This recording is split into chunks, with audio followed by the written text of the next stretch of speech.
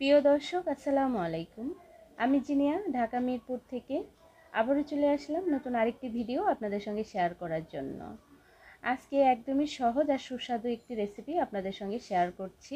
যে কোনো অকেশনে, মেহমান বাড়িতে, ঈদে, বার্থডে পার্টিতে অথবা বাসায় নতুন জামাই আসলে তখন চাইলে আপনারা এই মালাই কোপ্তাটা বানিয়ে খাওয়াতে পারেন। দেখবেন নতুন জামাই মন জয় করে ফেলবেন। আর যাদের কোপ্তাটা ভেঙে যাওয়ার সমস্যা থাকে বা ভেতরটা ভালোভাবে কুক হয় না, তো তারা যদি রেসিপিটা ফলো করে বাসায় ট্রাই করেন, একদম পারফেক্ট রেসিপি পাবেন। তো চলুন কথা না বাড়িয়ে মূল রেসিপিটা দেখে নিব। প্রথমেই আমরা নিয়ে নিব কাজু বাদাম। আর এই মালাই কোপ্তাটা তৈরি করতে হলে অবশ্যই এখানে কাজু বাদাম লাগবে। আর দিয়ে দিব টক দই। এখানে আমি 5 টেবিল চামচ টক দই ব্যবহার করছি। আপনাদের হাতের কাছে টক দইটা না থাকলে সেক্ষেত্রে গুঁড়া দুধ দিয়েও এটা করে নিতে পারবেন। একটু 3 টেবিল চামচ পরিমাণে গুঁড়া দুধ আর 1 স্লাইস লেবুর রস দিলেই কিন্তু পারফেক্ট একটা টক দইয়ের স্বাদ পেয়ে যাবেন। আর কিছুটা পেঁয়াজের ব্রেস্তা দিয়ে দিব। আর এটাকে 10 মিনিটের মতো রেস্টে রাখবো, কারণ বাদামটা একটু নরম হয়ে আসবে। এতে করে এই কাজু, দই, পেঁয়াজের পেস্টটা যত বেশি ক্রিমি হবে, এই কোপ্তাটা তত বেশি রিচ দেখাবে এবং ক্রিমি হবে। তো আমরা একটা সাইডে রেখে এখন আমি এখানে একটি মুরগির বুকের অংশ নিয়েছি। আর এটাকে ছুরি দিয়ে হাড় থেকে আমরা চিকেনটাকে আলাদা করে নিব। আর আমি এই চিকেনগুলোকে একটি ব্লেন্ডারে জারে এটাকে পেস্ট তৈরি করে নিব। আপনারা চাইলে কিন্তু ছুরি দিয়েও এটাকে কিমা করে নিতে পারবেন, আপনাদের যেরকম সুবিধা হয় ঠিক সেই রকম। তো সবগুলো কিমা করা হয়ে টুকরা করে হয়ে গেছে। এখন আমরা এই বাদামের পেস্টটা একটি ব্লেন্ডারে জারে দিয়ে দিলাম, বাদামের মিশ্রণটা। এটাকে খুব স্মুথ একটা পেস্ট তৈরি করে নিব। আর এদিকে অন্য আরেকটি জারে আমরা নিয়ে নিচ্ছি চিকেনগুলো। আর চিকেনের সঙ্গে এখানে আমাদের যে অন্য উপকরণগুলো লাগছে সেগুলোও দিয়ে দিব। এখানে আমি লাল রঙের 2টা কাঁচামরিচ ব্যবহার করেছি। আর এখানে দিয়ে দিচ্ছি আদা আর রসুনের পেস্ট 1 চা চামচ পরিমাণ করে। তো আদার পেস্ট 1 চা চামচ, রসুনের পেস্ট 1 চা চামচ। এখানে 3 স্লাইস আমি ব্রেড দিয়ে দিচ্ছি, কিউব করে কেটে দিয়েছি।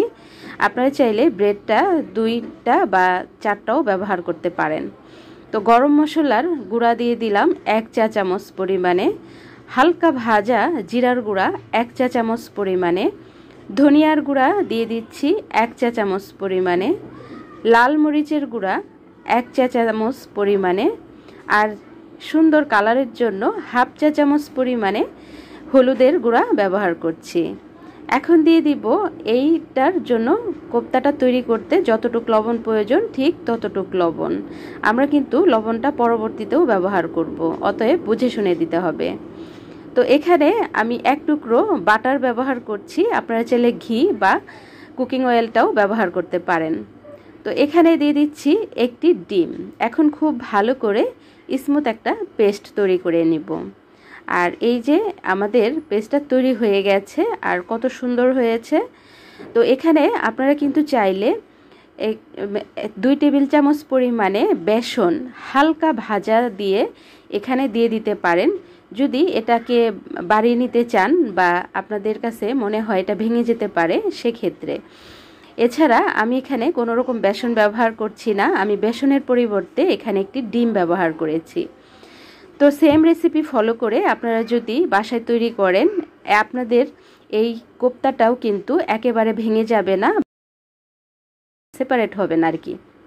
অনেকটা দেখা যায় ভেঙে আলাদা আলাদা হয়ে যায়, সেরকম হবে না। তো একই সেমভাবে আমি কোপ্তাগুলো বানিয়ে নিচ্ছি। আপনাদের সাইজ অনুযায়ী বড় ছোট করে আপনারা তৈরি করে নেবেন। তো কোপ্তাটা রান্না করার জন্য এখানে আমি দিয়ে দিচ্ছি কিছুটা আস্ত গরম মশলা, এই 2টা ছোট এলাচ, একটি বড় এলাচ, 2 টুকরো তেজপাতা, আর দিয়ে দিচ্ছি 1/2 কাপ পরিমাণে পেঁয়াজ কুচি। আর পেঁয়াজটা যেন পুড়ে না যায় সেদিকে খেয়াল রাখবেন।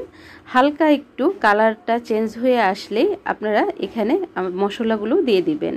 তো তো এখানে আমি কিন্তু 1 চা চামচ পরিমাণে বা 1 চামচের একটু কম হবে জিরা, আস্ত জিরা দিয়ে দিলাম। এতে করে এই কোপ্তার একটু গ্রানটা একটু অন্যরকম আসবে, খেতে ভালো লাগবে। তো এই জিরাটা কিন্তু একদম এলাচের সঙ্গে পোড়নে দিবেন না, এটা পেঁয়াজের সঙ্গে দিবেন। এতে করে পেঁয়াজের সঙ্গে আস্তে আস্তে জিরাটা ভাজা হবে আর গ্রান বের হবে। তো এখন দিয়ে দিচ্ছি আমি এখানে ছোট ছোট 2 টুকরো দারুচিনি, আর দিয়ে দিচ্ছি আদা আর রসুনের পেস্ট।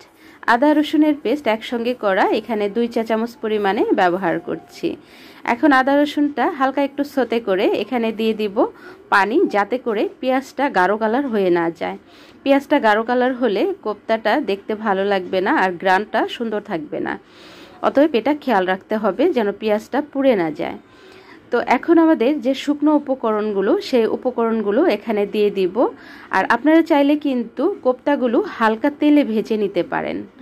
তো আমি এখানে তেলে ভেজে নিব না, আর চাইলে কিন্তু স্টিমও করে নিতে পারেন, হালকা একটু ভাপ দিয়ে স্টিম করে নিতে পারেন। তো আমার রেসিপি ফলো করলে এটা স্টিম করার কোনো প্রয়োজন হবে না।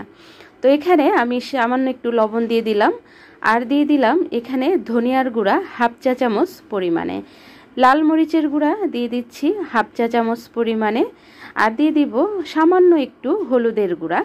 এখানে তেমন একটা হলুদের গুঁড়া ব্যবহার করব না, এতে করে কালারটা সুন্দর হবে না। অল্প একটু হলুদের গুঁড়া আমরা পরবর্তীতে ব্যবহার করব।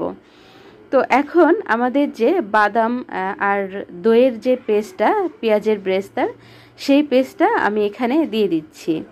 তো আমার এই পেস্টটা কতটা স্মুথ হয়েছে এটা দেখে নিশ্চয়ই বুঝতেই পারছেন। এই পেস্টটা যত বেশি স্মুথ হবে বা এটা সুন্দর হবে পেস্টটা করা, তত এই মালাই কোপ্তাটা রিচ দেখাবে আর ক্রিমি একটা ভাব থাকবে। তো অতএব খুব ভালো করে পেস্টটা যেন করে নিতে পারেন। তো সামান্য আরেকটু পানি দিয়ে আমি এই 1/3 চা চামচ পরিমাণে হলুদের গুঁড়া, কালারটা সুন্দর আসার জন্য, আর 1 স্লাইস পরিমাণে লেবুর রস এখানে ব্যবহার করছি। আর দিয়ে দিচ্ছি 1 টেবিল চামচ পরিমাণে চিনি। এখন আমি মশলাটাকে আরও কিছুক্ষণ ভুনে নিলাম। আর এই কোপ্তাটা রান্না করার জন্য এখানে আমি 1/2 কাপ পরিমাণে পানি দিয়ে দিলাম।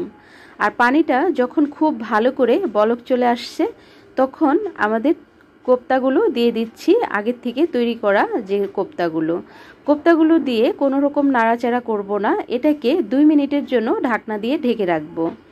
2 মিনিট পর আমি ঢাকনাটা উঠিয়ে নিচ্ছি আর এটাকে একটু নাড়াচাড়া করে দিচ্ছি। দেখেন কোনো রকম স্টিম ছাড়াই বা এটাকে তেলে ভেজে নেওয়া ছাড়াই আমি কিন্তু এই কোপ্তাটা রান্না করছি, কোনো রকম ভেঙে যাবে না।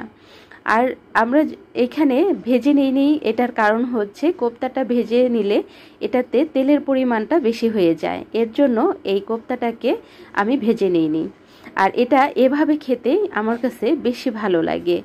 এখানে আমি কিছুটা কাঁচামরিচ আর 1/3 চা চামচ পরিমাণে ভাজা জিরার গুঁড়া দিয়ে দিলাম এই পর্যায়ে এসে। আর এখন এটাকে আমি খুব ভালো করে আরও 3 মিনিট রান্না করব। আর এখানে আমি আরও 1 টুকরো বাটার ব্যবহার করছি, আপনারা চাইলে ঘি ব্যবহার করতে পারেন, আর কেউ দিতে না চাইলে স্কিপও করতে পারেন, কিন্তু দিলে খেতে ভালো লাগবে। তো ঢাকনা দিয়ে আমি 3-4 মিনিট রান্না করে নেওয়ার পর এখন আমাদের এটা গ্রেভিটা অনেকটাই ঘন হয়ে আসছে। আর এই মুহূর্তে আমরা দিয়ে দিব এখানে ক্রিম। এখানে আমি কিছুটা ক্রিম দিয়ে দিচ্ছি। আর এই ক্রিমটা যদি হাতের কাছে না থাকে, সেক্ষেত্রে কিন্তু আপনারা এখানে দুধের সর এটাকে খুব ভালো করে ব্লেন্ড করে এখানে দিয়ে দিতে পারবেন। তো আমি আবারও ঢাকনা দিয়ে ঢেকে 2-3 মিনিট রান্না করে নিব। তো 2-3 মিনিট পর আমি ঢাকনাটা উঠিয়ে নিচ্ছি। আর এই যে আমাদের কোপ্তাটা প্রায় রেডি হয়ে গেছে। তো এখন এটাকে আবারও একটু নাড়াচাড়া করে দিচ্ছি। আর এখন পর্যন্ত যারা সঙ্গে থেকে আমার ভিডিওটি উপভোগ করছেন, তাদেরকে অসংখ্য ধন্যবাদ জানাচ্ছি। আর বন্ধুরা, আমাকে যারা সব সময় সাপোর্ট দিচ্ছেন আর পাশে রাখছেন, তাদেরকেও অসংখ্য ধন্যবাদ জানাচ্ছি। তো আমাদের গ্রেভিটা অনেকটাই ঘন হয়ে আসছে। যখন গ্রেভি এইরকম ঠিক হবে, তখন চুলাটা আমরা বন্ধ করে দিব। আমি কিন্তু অনেক সুন্দর গ্রান পাচ্ছি। সো আপনারা কিন্তু বাসায় একবার হলেও ট্রাই করবেন। যাদের কোপ্তাটা ভেঙে যায় তারা সেম রেসিপি ফলো করবেন, দেখবেন একদম পারফেক্ট হবে। আর কোনো রকম দেখেন একটু লক্ষ্য করলেই কিন্তু বুঝতে পারবেন এটা কোপ্তাগুলো ভেঙেও যায়নি আর সেপারেট হয়েও যায়নি। তো এখন আমি একটি কোপ্তা একটু কেটে দেখাচ্ছি যে আমাদের কোপ্তাটা ভিতরে কত সুন্দরভাবে কুক হয়েছে। এটা কিন্তু রান্না করতে তেমন একটা সময় নেয় না। দেখেন, তো অনেকের কোপ্তাটা, অনেকেই আমাকে কমেন্ট করেছে কোপ্তার ভিতরটা কুক হয় না সুন্দর মতো। তো এখন নিশ্চয়ই পারফেক্ট একটি রেসিপি পেয়েছেন। তো আমরা চুলাটাকে বন্ধ করে নিয়েছি আর এখন একটি সার্ভিং ডিশে আমরা সার্ভ করে নিচ্ছি। এটা দেখতে যতটা সুন্দর, খেতেও কিন্তু ততটাই সুস্বাদু হয়। আশা করছি রেসিপিটা ভালো লেগেছে। তো এখন এখানে কিছুটা পেঁয়াজের ব্রেস্তা দিয়ে আর একটু সামান্য ক্রিম রেখে দিয়েছিলাম, লাস্টে একটু আমি এখানে ডেকোরেশন করার জন্য উপরটা দিয়ে দিচ্ছি, এতে করে দেখতে ভালো লাগবে। তো ভালো থাকবেন, আল্লাহ হাফেজ, আসসালামু আলাইকুম।